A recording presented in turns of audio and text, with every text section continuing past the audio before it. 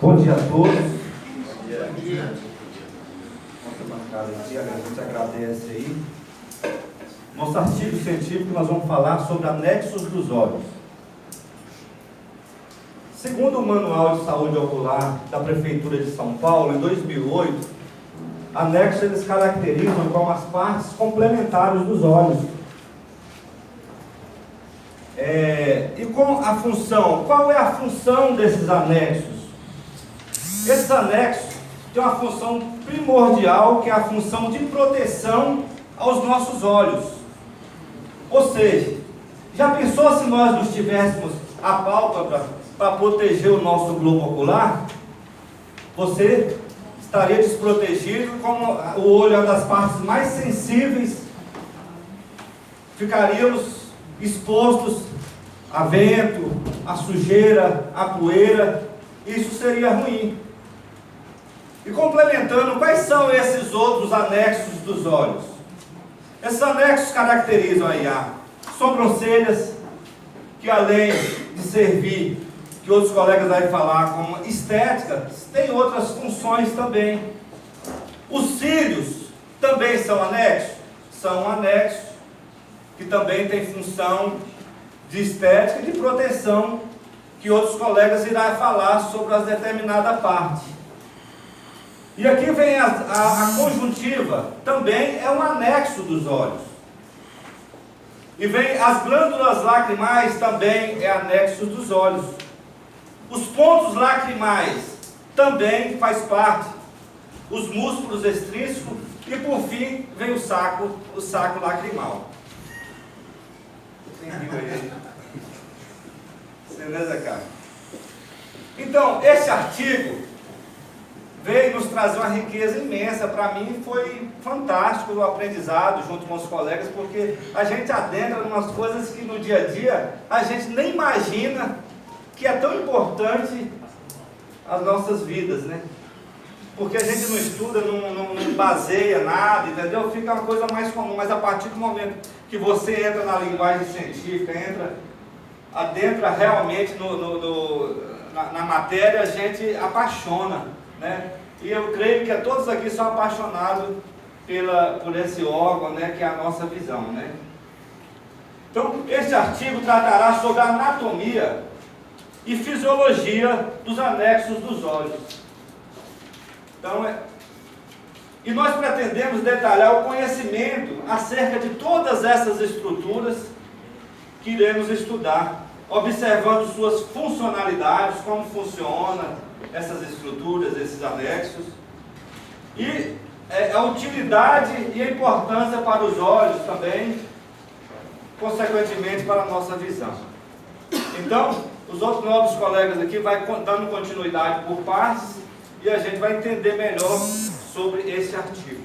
O estudo se justifica pelo fato de que um bom atendimento consiste em atenção ao paciente, a qual pode ser demonstrado através de uma simples explicação, tornando ele relevante devido ao anexo do olho fazer parte da principal primária do olho. Da principal primária proteção dos olhos. Com esse conhecimento, será possível realizar um atendimento de qualidade e eficiência, nos tornando multiplicadores na conscientização e da relevância, da importância do anexo para o olho, e o que representa um impacto social.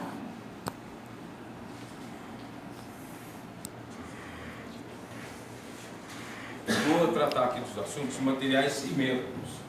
É a forma com que nós preparamos esse trabalho e como ele foi, a forma que nós buscamos todo o conhecimento que obtivemos através desse trabalho. A primeira coisa que aconteceu foi reunirmos, né, os artigos e, conforme até o colega disse ali, a gente encontra muita coisa realmente falando dos anexos oculares, né, de um modo geral. Porém, quando chegamos diante da professora, diante da nossa orientadora, aquilo tudo que a gente tinha passou a ser quase nada, porque a gente percebeu que não poderia ser de qualquer forma, né? Então, em que consiste o nosso estudo, a nossa pesquisa? Ela consiste em bibliografias já publicadas, né? São artigos científicos já publicados. Então, nós fizemos realmente uma somatória, é meio que um Frankenstein, né? A gente faz uma somatória de tudo aquilo que se aprende. A nossa palavra-chave foi ótica, optometria, olhos, funções dos anexos dos olhos. A partir do momento que nós obtivemos todos esses documentos, vamos dizer assim, todos esses estudos, todos esses artigos, nós tivemos que passar por pelo crivo, né, daquilo que seria de fato a forma como poderíamos utilizar esses artigos. Foi onde entrou o papel da nossa orientadora, como eu já disse aqui, retirou a maioria deles, né, e nós tivemos que buscar outros, né? Então, realmente isso foi algo que nos dificultou muito, mas eu creio que isso foi para todo mundo, né? De que forma que foi avaliado? A primeira coisa que a gente tinha que perceber nessa avaliação é que não poderiam ser qualquer um dos artigos, teriam que ser realmente artigos acadêmicos. Então, essa busca, ela não pode ser, o nosso estudo não pode ser embasado sobre qualquer coisa que se diz. Encontra de fato muita coisa, encontra muitas situações, muitas pessoas falando a respeito dos anexos dos olhos, em blogs, em sites, né? Uma imensidão realmente para se achar acerca dos anexos dos olhos, assim como em outras partes também, como já foi falado. Só que artigos científicos são poucos, né? Então, a primeira coisa que nós tínhamos que passar pelo crivo dessa situação, o artigo científico. A segunda delas foi em relação à data. Não poderiam ser artigos muito antigos, porque nós sabemos que todas as coisas hoje evoluem de uma forma muito rápida. Então, sempre se chega a conceitos novos, situações novas, compreensões novas. Por esse motivo, não poderíamos correr o risco de colocar no nosso estudo, no nosso artigo, algo que poderia já ser ultrapassado, até mesmo um conceito já desqualificado. Então, havia necessidade que se fosse realmente com datas mais recentes. Muito embora nós encontramos a nossa grande maioria da última década, não foi tão recente, mas pelo fato de realmente haver poucas publicações. A maioria deles foram encontrados na última década. Em terceiro, análise qualitativa, não só dos artigos, mas também dos autores, né, para sabermos realmente de quem fala e por meio de quem que alcançaríamos o resultado do nosso trabalho. Para isso nós selecionamos alguns autores, vou citar apenas alguns aqui: doutora Regiane Carvalho Alves, médica pela UFJ, mestre pela PUC de Goiás, especialista e subespecialista pelo Hospital de Oftalmologia de Sorocaba. Também o Manual de Saúde Ocular da Prefeitura de São Paulo, muito bom inclusive, porque foi algo de 2008, foi preparado pela própria Prefeitura de São Paulo e pela Secretaria de Saúde da cidade de São Paulo também. E ajudou muito a gente com muitas coisas relevantes. Também o Fernando Guimarães, com o artigo da patologia dos anexos dos olhos, de Ribeirão Preto, de 97. Fabiano Francisco, avaliação da via lacrimal pelos métodos radiológicos, de 2007. Jair Nogueira Silva, Bruno Fortaleza de Aquino Ferreira Pinto, Hugo Siqueira. Então, baseamos nesses autores e entre outros, tá? Não foram somente esses, mas só alguns para a gente falar. Quais os desafios que nós encontramos? Foram vários, na verdade. Assim como todos, eu acredito que muitos encontraram também esses desafios. A primeira delas, como eu já disse, foi a escassez desse material. Não se encontra muita coisa. Não se acham muitos artigos falando principalmente dos anexos dos olhos. Ele tem toda uma importância, como o colega já apresentou aqui, tem realmente muita relevância, mas não se encontra muita coisa falando a respeito dos anexos dos olhos, partindo do princípio que sejam artigos científicos, né? Outra dificuldade era encontrar isso em português. A maioria que nós encontramos, ou aqueles de maior relevância que se encontram, realmente são em inglês e na maior das melhores das possibilidades em espanhol, mas nós não tínhamos o John na nossa turma para nos ajudar. Então isso foi um complicador também, né? Então a outra situação que nós tivemos foi realmente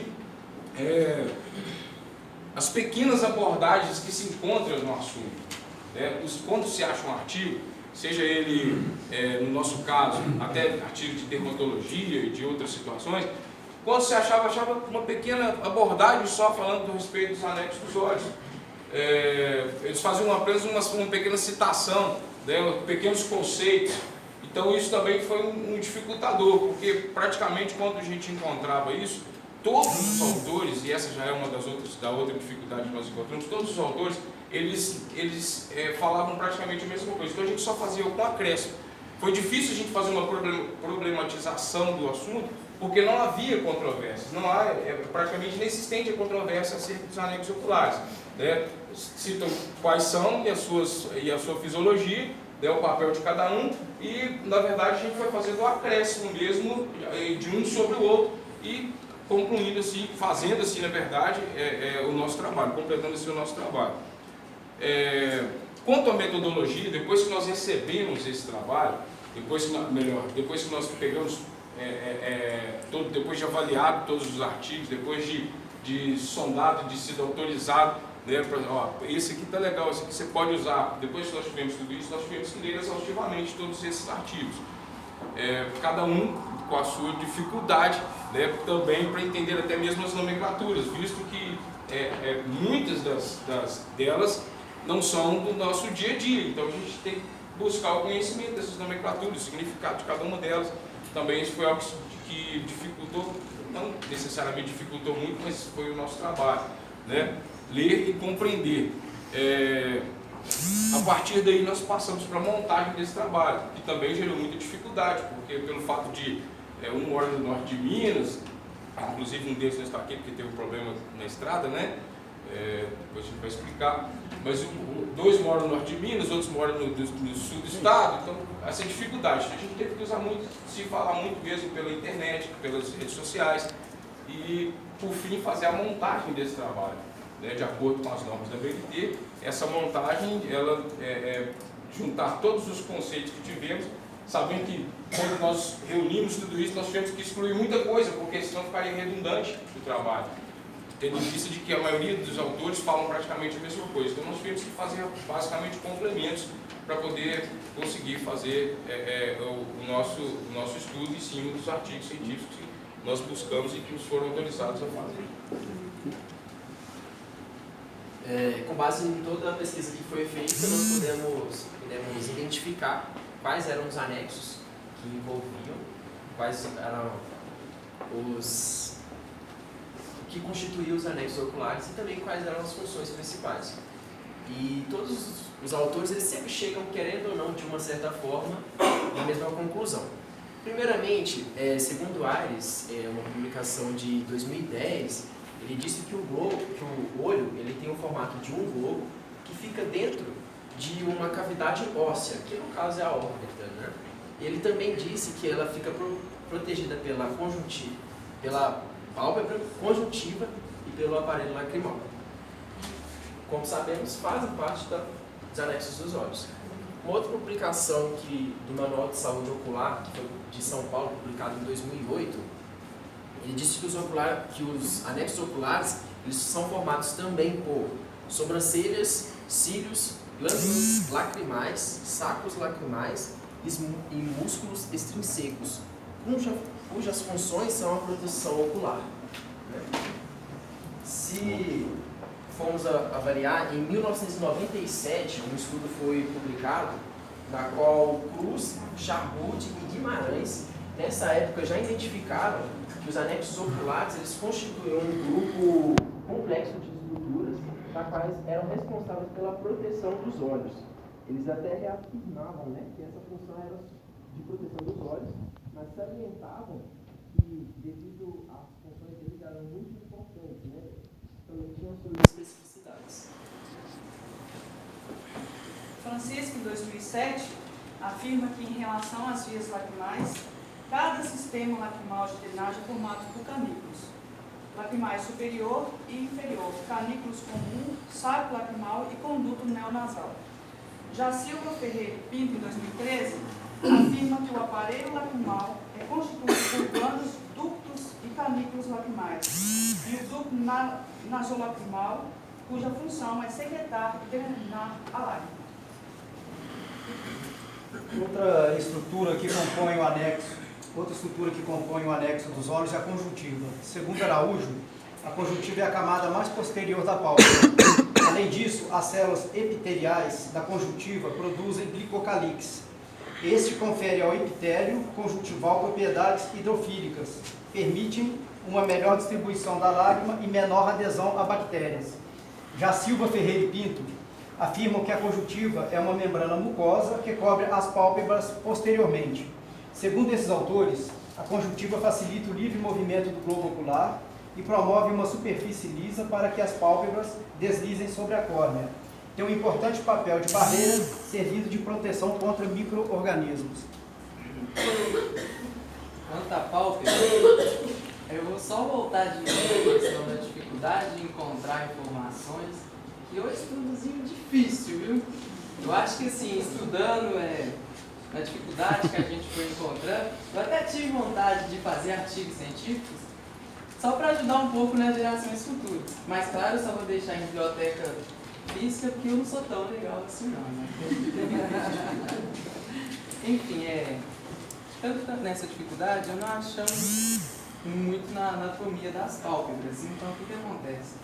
Eu vou só contextualizar vocês, colocar vocês um pouquinho ali na questão das pálpebras, que anatomicamente, as pálpebras são divididas em duas lamelas, sendo a anterior, que é composta por pele e músculo orbicular, e a posterior, que é composta pelo tarso e conjuntiva. E aí eu já entro na questão das funções. De acordo com Silva, Ferreira e Pinto, eles estão falando o quê? Que a principal função da pálpebra é de proteger o olho, né? Seja a proteção mecânica ou a proteção luminosa. Além disso, ela tem uma importante função, que é a de drenagem, de secreção e distribuir as lágrimas assim, para ajudar um pouquinho ali. E outra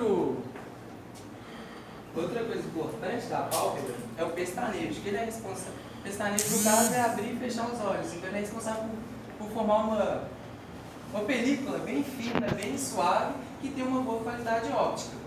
Outros autores, eles concordam com esses três, mas eles fazem um pequeno acréscimo, que seria o quê? De acordo com eles, a pálpebra superior é mais importante que a inferior. Por quê? A pálpebra superior, ela tem a função de proteger o olho e, além disso, ela tem a função de umedecer. Então, de acordo com eles, a pálpebra superior é mais importante. Falar sobre uma das partes mais difíceis do olho, depois que o Cristiano fala qualquer coisa, torna-se muito mais complicado. Principalmente a minha parte é a mais difícil, é os cílios, viu? De acordo com o Narikawa, nós temos aqui uma imagem, né? uma ilustração.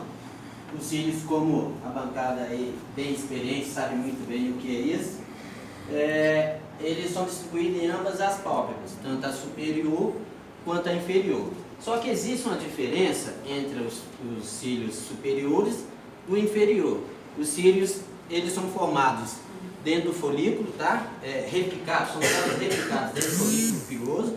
E os cílios superiores, eles são mais grossos, mais extensos e mais numerosos. Enquanto os inferiores, lógico, evidente, que em menor número e em menor quantidade. Segundo Silva, Ferreira e Pinto, os cílios têm a função de proteger os olhos, e eles se concordam, tanto o Silva, Ferreira e Pinto, quanto o Narikawa, eles concordam, porque ele tem a função de proteção do olho. É uma parte sensível da nossa, que está ligada à nossa pálpebra, e ele, pela essa sensibilidade, qualquer corpo estranho que se aproximar dos olhos, automaticamente ele induz o fechamento da pálpebra. E isso gera uma proteção. Além dessa proteção dos meios externos, ele também proporciona uma maior proteção ao globo ocular, tornando ainda mais protegido nos olhos, tá bom? Próximo. Por fim, então, finalizando os anexos oculares, né? No Manual de Saúde Ocular faz uma breve menção falando que as sobrancelhas servem apenas para poder proteger o suor, o que forma os óculos. sentido, o Birmond, na página 15, traz informações mais detalhadas. No início, ele fala sobre a anatomia, a estrutura e a função. Ele já fala tudo mais detalhadinho, que também pode ser conhecido como os pequenos anexos pilóticos, que são os pelos, né? Como função fisiológicas também estéticas. Além da função da estética facial, também auxilia também na expressão facial.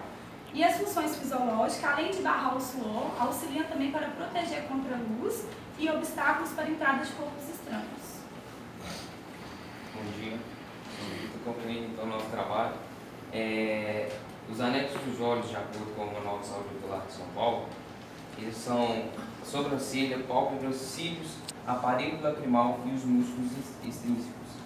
E as suas funções, de forma resumida, de acordo com Aires, eles têm por função a proteção dos olhos e a estética também, como no caso da sobrancelha, por exemplo.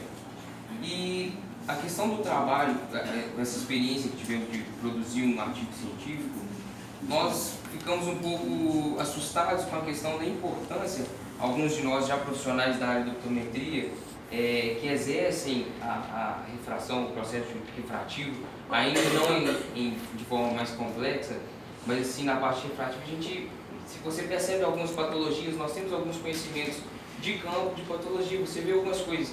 E é de se assustar o fato de não ter artigos científicos em português, por exemplo, e até em inglês e espanhol também, não se achar artigos intitulados por artigos científicos, por anexos oculares. Então, assim, até como foi observado pelo Diego anteriormente, isso impulsiona a gente a querer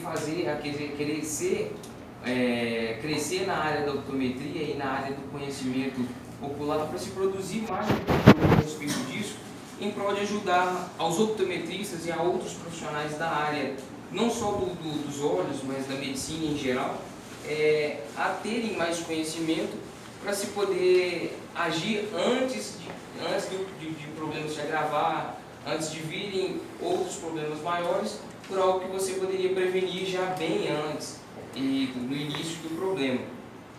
E concluímos também que com essa questão toda tiramos a lição da importância do nosso trabalho, pois creio que, embora existem outras, até na Faculdade de Brás Cubas mesmo, outras pessoas que produziram trabalhos com o título de artigos de anexos oculares, nós vimos a importância do nosso trabalho como sendo um dos poucos com o título de anexos oculares, porque realmente não achamos muitos.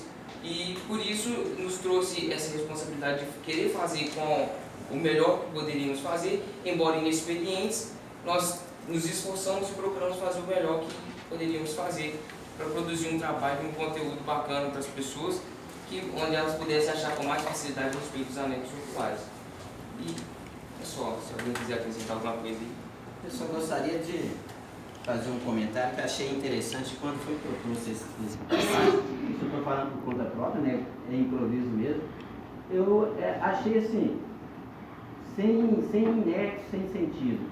Mas o decorrer, o desenvolver de todo o trabalho, eu vi a importância que tem até para a gente, a questão interativa, a questão de conhecimento, porque você acaba, como foi dito aqui, você acaba adentrando em assuntos que a gente está no dia a dia convivendo com isso e talvez não dominando tanto. Então, ou seja, o que me pareceu a priori sem sentido, agora eu vejo. Primeiramente, o grupo acabou se unindo bastante, a gente acabou conseguindo uma interação maior. Eu passei a conhecer pessoas dentro do nosso grupo que antes a gente só falava um oi e etc e tal. Então o trabalho acaba sendo muito proveitoso. Hoje até comentei com um colega sobre a dinâmica do trabalho, que a priori parecia ser sem tanto propósito, mas acabando que alcançou com excelência o objetivo. Obrigado.